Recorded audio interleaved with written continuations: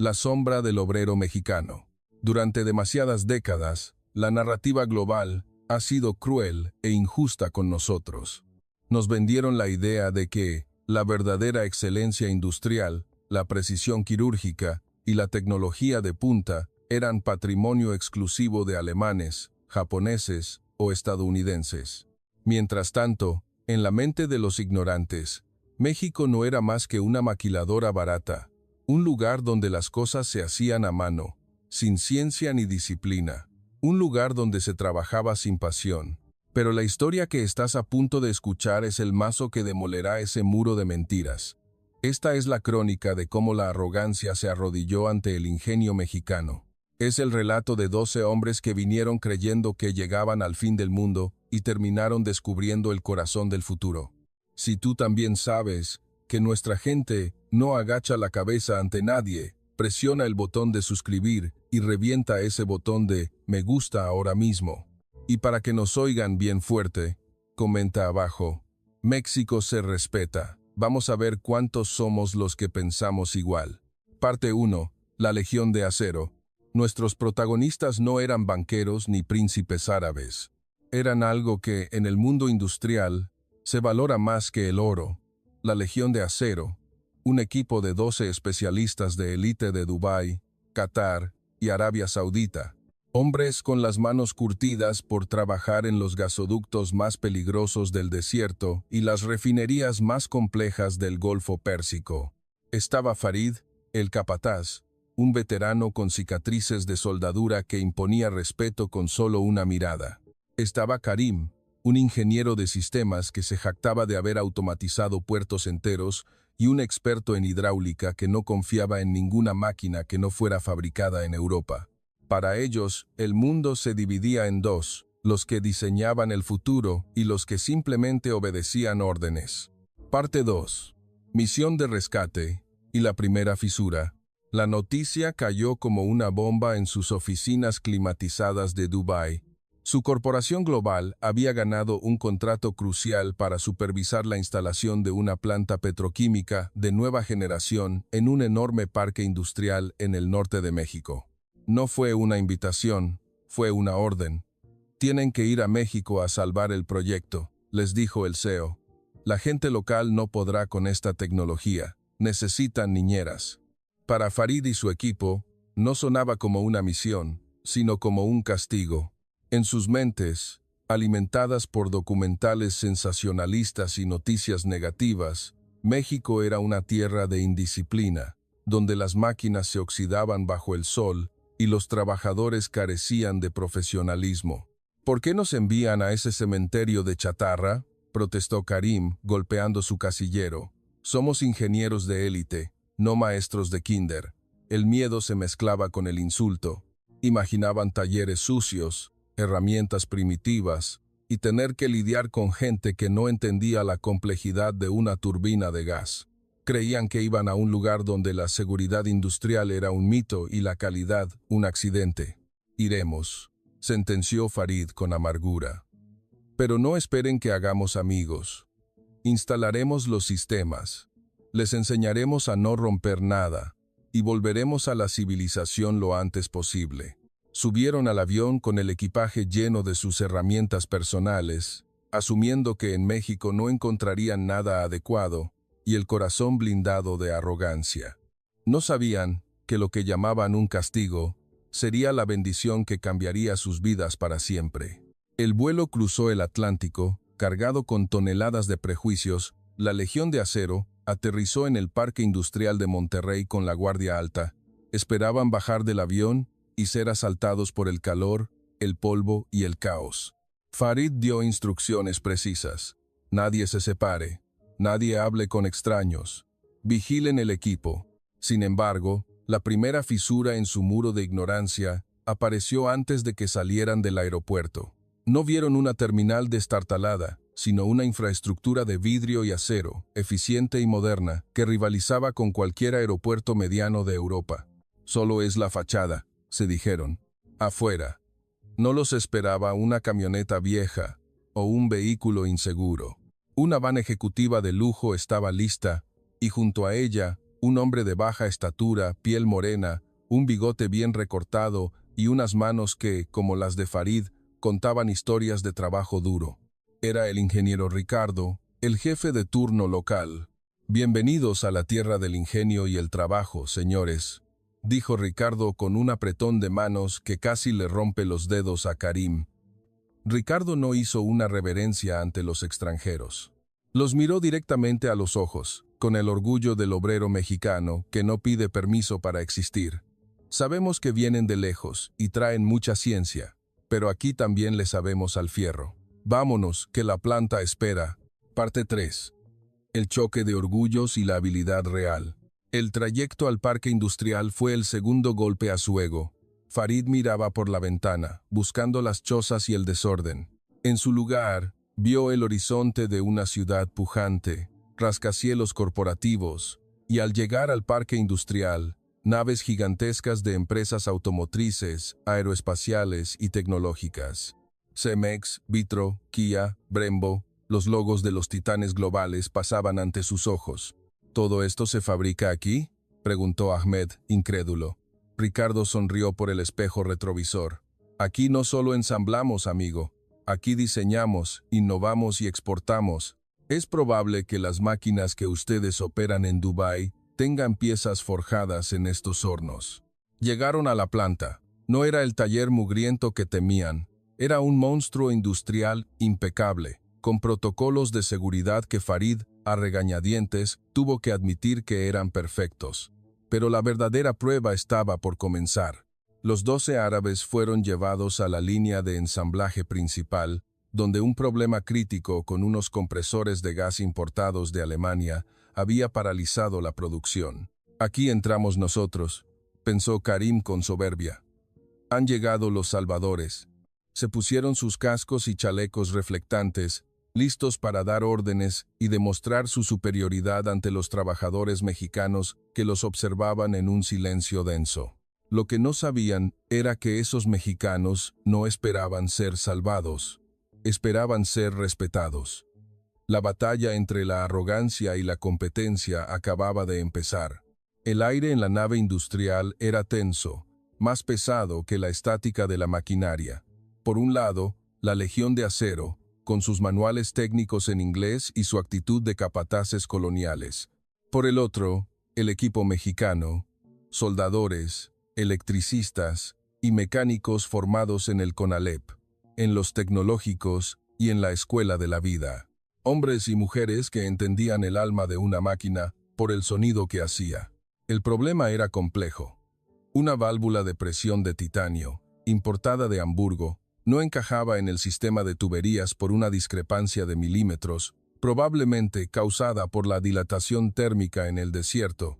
Farid inspeccionó el daño y sentenció: «Inservible. Hay que pedir una pieza nueva a Alemania. Paren todo. Tardará 3 semanas en llegar». Para él, el manual era la ley. Si no encaja, se detiene. Fue entonces cuando don Miguel, un soldador mexicano de unos 60 años, se acercó.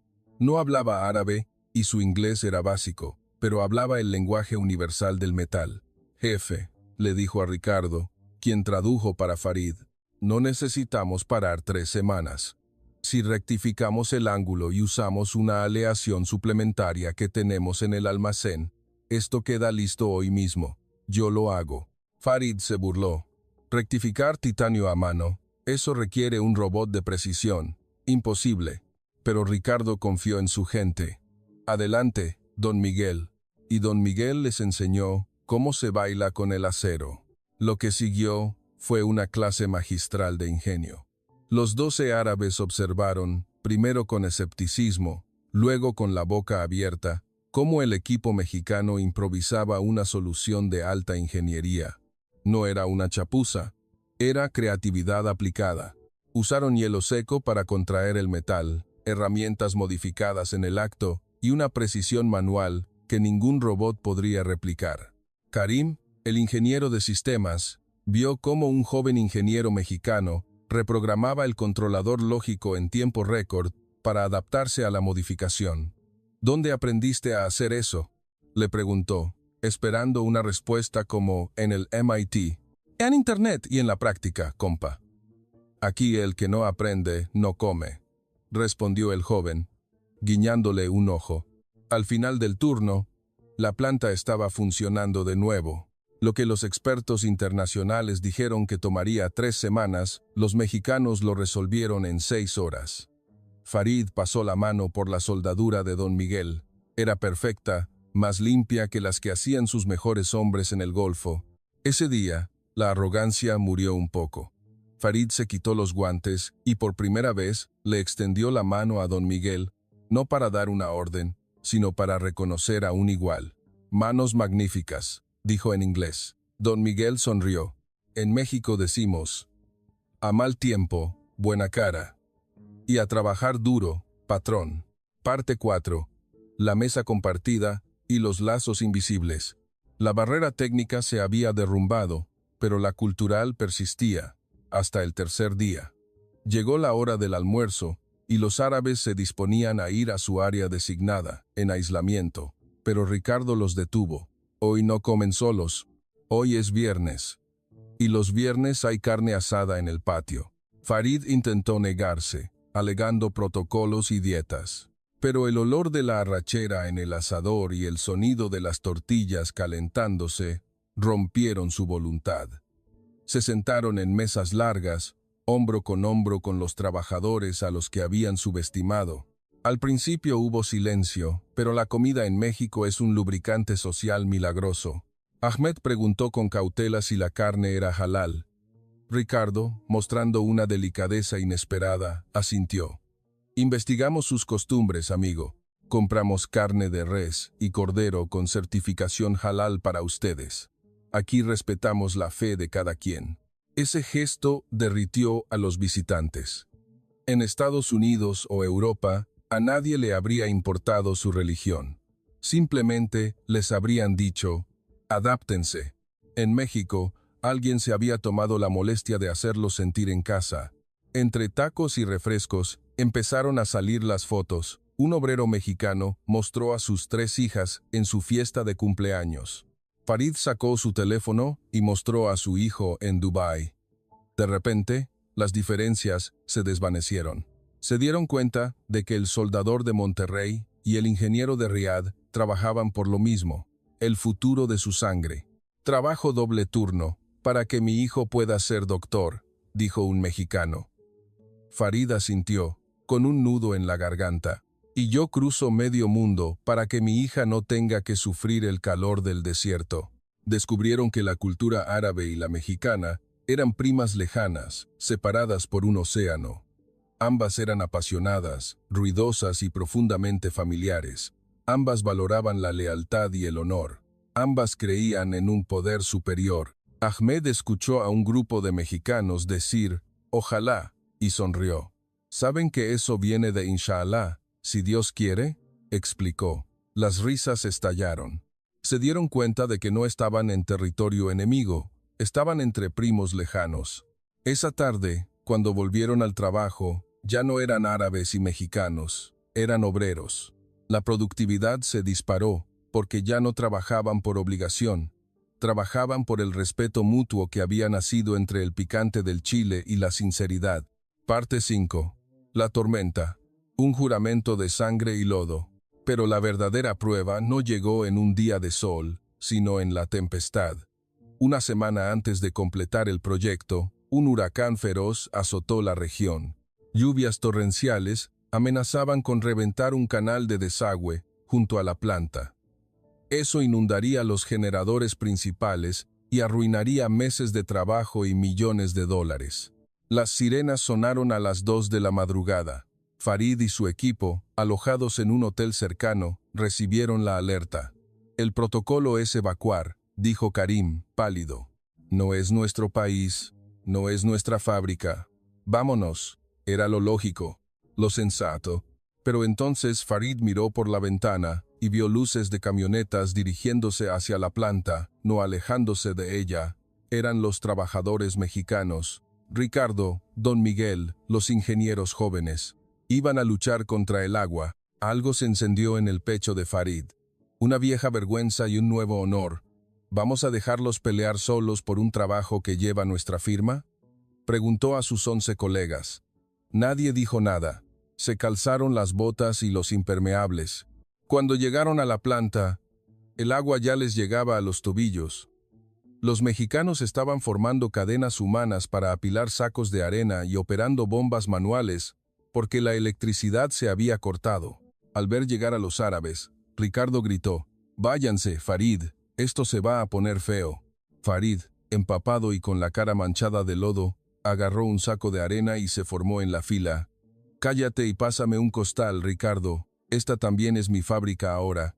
Durante 6 horas infernales, bajo la lluvia, el viento y el granizo, árabes y mexicanos trabajaron como una sola máquina biológica.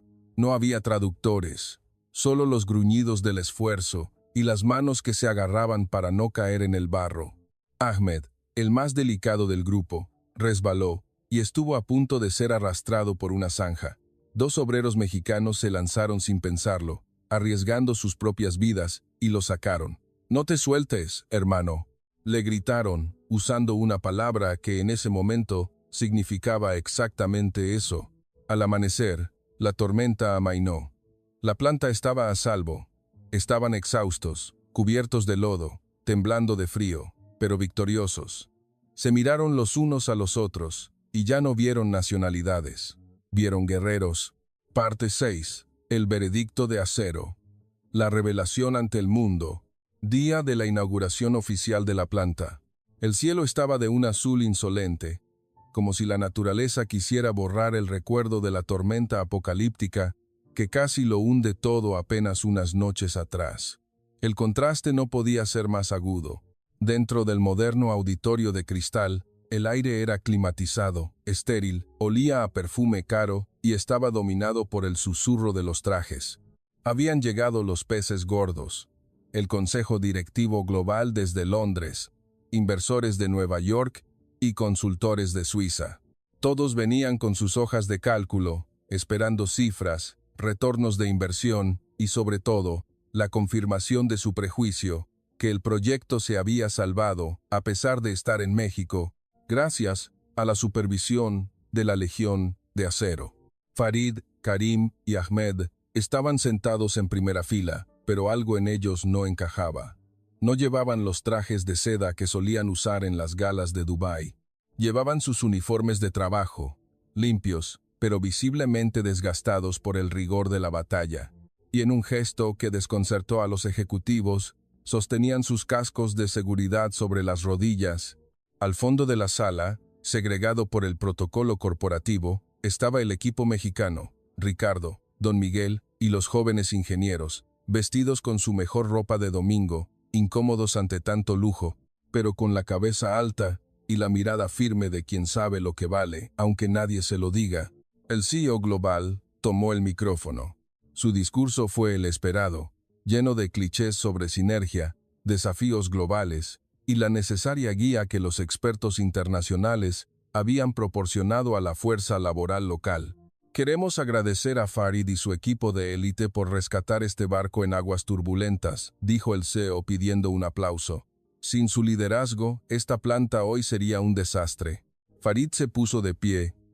El aplauso cesó. Caminó hacia el podio con paso pesado. No llevaba notas. No llevaba una presentación de PowerPoint. Llevaba una pieza de metal deformada.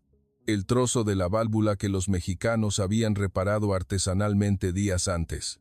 Se paró frente al micrófono y dejó caer la pieza de metal sobre el atril. El sonido, seco, metálico y brutal, resonó como un disparo en el silencio del auditorio. «Señores», comenzó Farid, su voz ronca pero potente, sin un ápice de temblor, «el sonido que acaban de escuchar es el sonido de la realidad.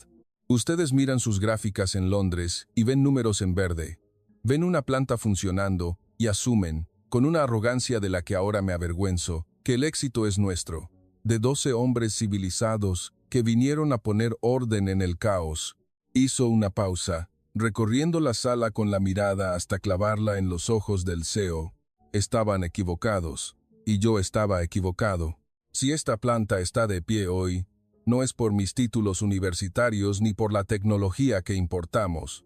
Es porque hace 72 horas, mientras el mundo dormía, un grupo de hombres a los que ustedes ni siquiera permitieron sentarse en primera fila, formó un muro humano contra el agua para salvar el dinero de ustedes. Un murmullo incómodo comenzó a crecer, pero Farid alzó la voz, silenciándolo.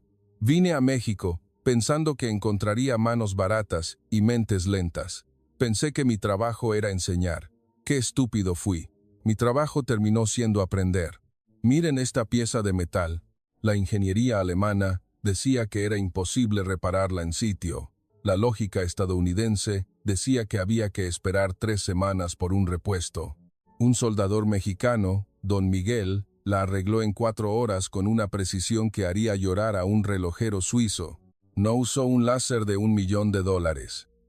Usó 40 años de experiencia, instinto y un orgullo por su oficio que el primer mundo ya perdió. Farid se quitó el casco y lo depositó en el atril, junto a la pieza de metal. Ustedes ven a México como un costo de oportunidad, una celda en Excel para reducir gastos. Yo he visto lo que realmente es, una superpotencia dormida de ingenio y coraje. En el desierto de Arabia, sabemos reconocer la fuerza, y yo les digo hoy, ante este consejo, que la verdadera fuerza industrial de este siglo no está en la automatización total, sino en la capacidad humana de resolver lo imposible. Y nadie, escúchenme bien, nadie en este planeta resuelve lo imposible con más dignidad que el trabajador mexicano. Si ustedes creen que vinimos a salvarlos, son unos ilusos. Ellos nos salvaron a nosotros. Nos salvaron del fracaso y, más importante, nos salvaron de nuestra propia soberbia. Se giró hacia el fondo de la sala, ignorando al consejo directivo, y señaló a Ricardo y su equipo.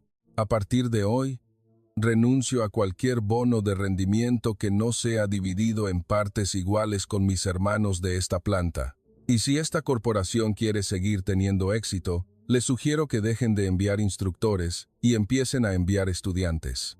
Porque la lección de industria y humanidad se está dando aquí, en suelo mexicano. Cuando Farid terminó, no hubo un aplauso educado de los trajes caros. Solo un silencio sepulcral, roto segundos después por los 11 colegas de Farid, que se pusieron de pie y comenzaron a aplaudir con furia, mirando hacia atrás, hacia los mexicanos. Fue un momento de quiebre jerárquico total. La verdad había sido dicha. El mito del Salvador extranjero había sido demolido por el mismo hombre que debía interpretarlo. Parte 7. El legado del respeto. La despedida no fue en la fría climatización del aeropuerto, sino en la puerta de la planta, bajo el sol crudo del norte, justo donde el asfalto se encuentra con la tierra. Era el momento que Farid había temido, no porque quisiera irse, sino porque sabía que una parte de su alma quedaría anclada para siempre en ese rincón de México. Las vans blindadas que los llevarían a su vuelo privado esperaban con los motores encendidos, pero la Legión de Acero no tenía prisa. Ricardo se acercó, sosteniendo una caja de madera rústica. Dentro no había relojes de lujo ni aparatos electrónicos. Había 12 cuchillos de monte, forjados a mano con el acero sobrante de la construcción, con cachas de madera de ébano. Para que nunca olviden que aquí forjamos acero y forjamos hermandad, dijo Ricardo, con la voz entrecortada. Farid tomó su cuchillo. El peso era perfecto, equilibrado, letal y hermoso. En mi tierra, respondió el árabe, un regalo de acero es un pacto de sangre. Significa que si algún día nos necesitan, cruzaremos el océano. No como jefes, sino como soldados en su trinchera. El último intercambio cultural fue abrumadoramente simbólico. Don Miguel se acercó a Farid. Sabía que su amigo era un musulmán devoto. Con un respeto infinito, sacó de su bolsillo una pequeña medalla de plata. Sé que rezamos distinto, patrón Farid, pero mi madre dice que la Virgencita de Guadalupe es madre de todos. La llamen como la llamen, llévesela. Ella respeta a la gente de fe, sin importar en qué idioma recen. Farid, conocedor de la veneración islámica por Mariam, la madre de Isa, recibió la medalla no como un ídolo, sino como el tesoro más sagrado de un amigo. La guardó en el bolsillo de su camisa, cerca del corazón. Irá conmigo a la Meca, prometió, y rezaré por usted y sus hijos ante la Kaaba. La despedida fue silenciosa y reflexiva. Pero el verdadero impacto de esta odisea se sintió semanas después, al otro lado del mundo. De vuelta en las torres de cristal de Dubái y Doha, los 12 hombres habían cambiado. Farid, ahora a cargo de operaciones globales, convocó una reunión para un nuevo megaproyecto de infraestructura en el Mar Rojo. Los consultores europeos presentaron sus planes, proponiendo traer mano de obra barata del sudeste asiático y gerentes alemanes. Farid golpeó la mesa, interrumpiendo la presentación. «Basta», ordenó. «Tiren esos planes a la basura. No quiero robots que sigan instrucciones. Quiero guerreros que resuelvan problemas. Contacten a la oficina de Monterrey. Quiero ingenieros mexicanos liderando los equipos de construcción. Quiero soldadores mexicanos entrenando a nuestros jóvenes». Los consultores lo miraron estupefactos. «¿Mexicanos, señor? ¿Para un proyecto de esta magnitud?». Farid sonrió, una sonrisa tan afilada como el cuchillo de monte que ahora adornaba su escritorio. «Exactamente, porque si el desierto se inunda o el infierno se congela, ellos serán los únicos que sabrán qué hacer mientras ustedes salen corriendo». Mientras tanto, Yusuf, el más joven y dinámico del grupo, cumplió su promesa. El video que subió a sus redes sociales no fue una simple historia de Instagram, fue un cortometraje documental, editado con la pasión de un converso. Las imágenes mostraban la fusión de dos mundos, el llamado a la oración del imán, mezclado con el sonido de la maquinaria mexicana, las manos de Don Miguel soldando bajo la lluvia, fundidas con los rostros de los ingenieros árabes, aprendiendo a comer chile. Su voz en off, traducida a 20 idiomas, se convirtió en un manifiesto viral. Nos dijeron que el mundo se dividía entre el norte rico y el sur pobre. Mintieron. El mundo se divide entre los que tienen alma y los que solo tienen dinero. Fui a México buscando una fábrica y encontré un espejo donde vi lo mejor que un hombre puede llegar a ser. No dejen que las noticias los engañen. México no es el patio trasero de nadie. Es la reserva espiritual de Occidente. Es un gigante disfrazado de amigo humilde. Ay de aquel que despierte a ese gigante y lo convierta en su enemigo, porque lleva la fuerza de un volcán en la sangre. Pero benditos aquellos que, como nosotros, tuvimos el privilegio de llamarlos hermanos. Si esta historia hizo vibrar tu sangre, si te sientes orgulloso de la gente que se levanta a las 4 de la mañana para mover este país, comparte este video.